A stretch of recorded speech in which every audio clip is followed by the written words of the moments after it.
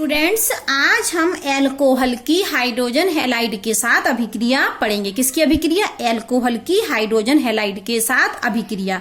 जब alcohol hydrogen halide के साथ अभिक्रिया करता है तो कौन सा बंध टूटता है? कार्बन और ऑक्सीजन के मध्य। आप जानते हैं ये है एल्कोहल।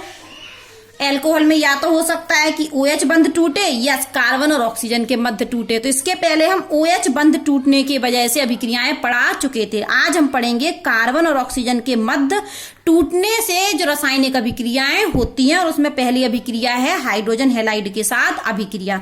तो जब एल्कोहल हाइड्रोजन हैलाइड के साथ अभिक्रिया करता है तो ये कार्बन और ऑक्सीजन के मध्य बंध टूटता है, पहली बात। तो अब हमने देखिए ये एल्कोहल लिया, ये क्या है हमारा? एल्कोहल। तो ये क्या है हमारा? Hydrogen halide.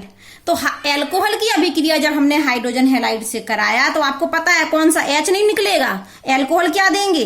H तब निकलेगा जब OH बंध टूटेगा। तो एल्कोहल कौन सा बंध तोड़ रहे हैं? कार्बन और ऑक्सीजन के मध्य। तो क्या देगा एल्कोहल? OH। और अम्ल क्या देते हैं? H+ ion. तो ये OH और H मिलकर क्या बना लेंगे? H2O, और बाहर निकल जाएंगे। और यहाँ क्या बनेगा? RCl। ये बनेगा RCl। इसको हम क्या बोलते हैं? Alkyl halide. तो एल्कोहल की अभिक्रिया जब हम हाइड्रोजन हैलाइड से कराते हैं तो जल और एल्किल हैलाइड बनते हैं। और ये एल्किल हैलाइड क्या होते हैं? अमिश्रणीय होते हैं, सॉल्युएबल नहीं होते हैं। तो इस एल्किल हैलाइड की वजह से टर्बिडिटी आ जाती है, मतलब धुंधलापन आ जाता है। तो एल्कोहल की अभिक्रिया जब हम हाइड्रोजन हैलाइड से कराते हैं तो एल्किल हैलाइड बनता है, और इस एल्किल हैलाइड की वजह से धुंधलापन आ जाता है। लेकिन आप क्या देख रहे हैं? एरो पर क्या लिखा है? ZnCl2। तो ये अभिक्रिया ZnCl2 की उपस्थिति में ही होती है। तो एल्कोहल की अभिक्रिया जब हम HCl प्लस ZnCl2 की उपस्थिति में कराएं, एल्कोहल की अभिक्रिया जब हम हाइड्रोजन हैलाइड से कराएं,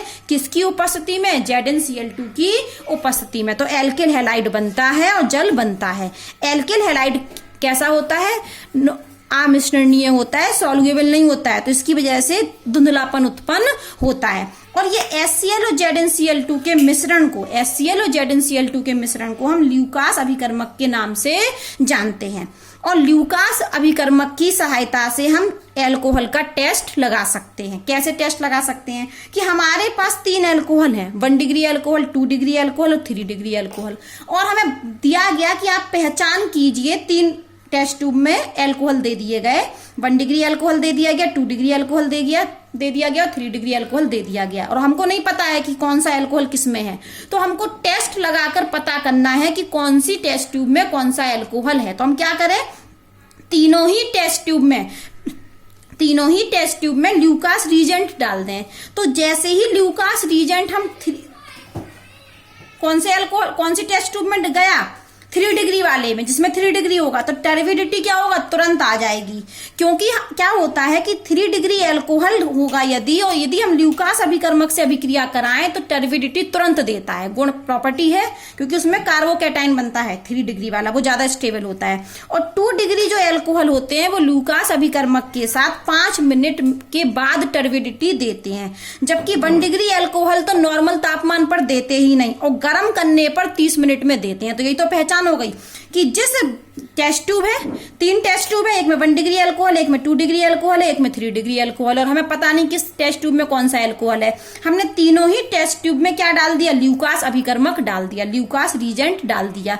तो जिस टेस्ट ट्यूब में तुरंत टर्बिडिटी आ गई, तो इसका मतलब वो एल्कोहल कैसा एल्कोहल है? 3 डिग्री एल्कोहल। और जिस टेस्ट ट्यूब में 5 मिनट के बाद टर्बिडिटी आई तो वो एल्कोहल 2 डिग्री एल्कोहल है। और जिसमें आई ही नहीं, और जब आई नहीं तो हमने गर्म करके देखा, तो गर्म करने पर भी 30 मिनट के बाद आए तो वो 1 डिग्री एल्कोहल होता है। तो इस तरीके से हम ल्यूकास अभिकर्मक की सहायता से एल्कोहल का टेस्ट लगा सकते हैं, एल्कोहल की पहचान कर सकते हैं कि एल्कोहल 1 डिग्री है या 2 डिग्री है या 3 डिग्री है। तो आपने सीख लिया कि 3 डिग्री एल्कोहल में ल्यूकास अभिकर्मक तुरंत टर्बिडिटी देता है, जबकि 2 डिग्री एल्कोहल 5 मिनट के बाद टर्बिडिटी देता है, और 1 डिग्री एल्कोहल 30 मिनट के बाद गर्म करने पर टर्बिडिटी देता है। ठीक है। तो एल्कोहल की हाइड्रोजन हैलाइड के साथ अभिक्रिया पढ़ी हमने ZnCl2 की उपस्थिति में, तो एल्किल हैलाइड बनता है। और ये पहचान बता दी कि ये अभिक्रिया फास्ट किस में होगी। तो यहाँ पर क्रम है हाइड्रोजन हैलाइड के साथ अभिक्रिया करने का क्रम, तो वो क्रम क्या है, कौन सबसे तेज करेगा, 3 डिग्री अल्कोहल सबसे तेज और 2 डिग्री उससे कम और 1 डिग्री अल्कोहल उससे कम। ये किसका क्रम है, हाइड्रोजन हैलाइड के साथ अभिक्रिया करने का क्रम। अब हम पढ़ते हैं दूसरी अभिक्रिया। कौन सी अभिक्रिया, दूसरी, फॉस्फोरस ट्राईहैलाइड के साथ, किसके साथ, अल्कोहल की अभिक्रिया फॉस्फोरस ट्राई हैलाइडों के साथ। तो अल्कोहल जो होते हैं वो फॉस्फोरस ट्राईहैलाइड के साथ अभिक्रिया करते हैं। ले लीजिए, हम यहाँ ले लेते हैं कि अल्कोहल, ये देखिए, ये ले लिया हमने ROH, और एक फॉस्फोरस ट्राईहैलाइड ले लें, मतलब PBr3 हो गया फॉस्फोरस, ये 3 है तो ट्राई ब्रोमाइड, हैलाइड ही तो लेना है, तो ये फॉस्फोरस ट्राई ब्रोमाइड हमने ले लिया। तो होगा क्या, आप बताइए, अल्कोहल H+ आयन देगा, नहीं, अल्कोहल कौन सा बंध तोड़ेगा, कार्बन और ऑक्सीजन के मध्य, ये देगा, ये बाहर निकलेगा, ये बंध टूटेगा यहाँ पर, और ये बंध टूटेगा, और ये OH निकल जाएंगे, तीनों OH, और ये तीनों OH निकल जाएंगे और ये P के साथ जाके जुड़ जाएंगे, तीनों OH। तीन क्यों निकल रहा है, क्योंकि हम यहाँ पर 3 अणु लेते हैं अल्कोहल के, ठीक है, तो यहाँ पर 3 OH निकल रहे हैं और तीनों को तीनों जाके P के साथ जुड़ रहे हैं, तो ये क्या बन गया, H3PO3, क्योंकि एक P था और 3 OH जाके जुड़े तो ये फॉस्फोरिक अम्ल बन गया। और यहाँ पर क्या हुआ, R किसके साथ जाके जुड़ा, Br के साथ, और ये R हमने Br से जोड़ दिया। क्यों 3 लिए अणु, क्योंकि Br हमारे पास कितने थे, 3, इसलिए हमने अल्कोहल के 3 अणु ले लिए, तो 3 R हो गए और 3 Br, तो RBr बन गया और ये फॉस्फोरिक अम्ल बन गया। तो अल्कोहल फॉस्फोरस ट्राईहैलाइड के साथ अभिक्रिया करते हैं, तब भी अल्किल हैलाइड और फॉस्फोरिक अम्ल बनाते हैं। अभी 2 अभिक्रियाएं और हैं, 2 और हैं, एक है निर्जलन, तीसरी क्या है, निर्जलन। निर्जलन का अर्थ क्या होता है, अभी पढ़ ही लेते हैं हम।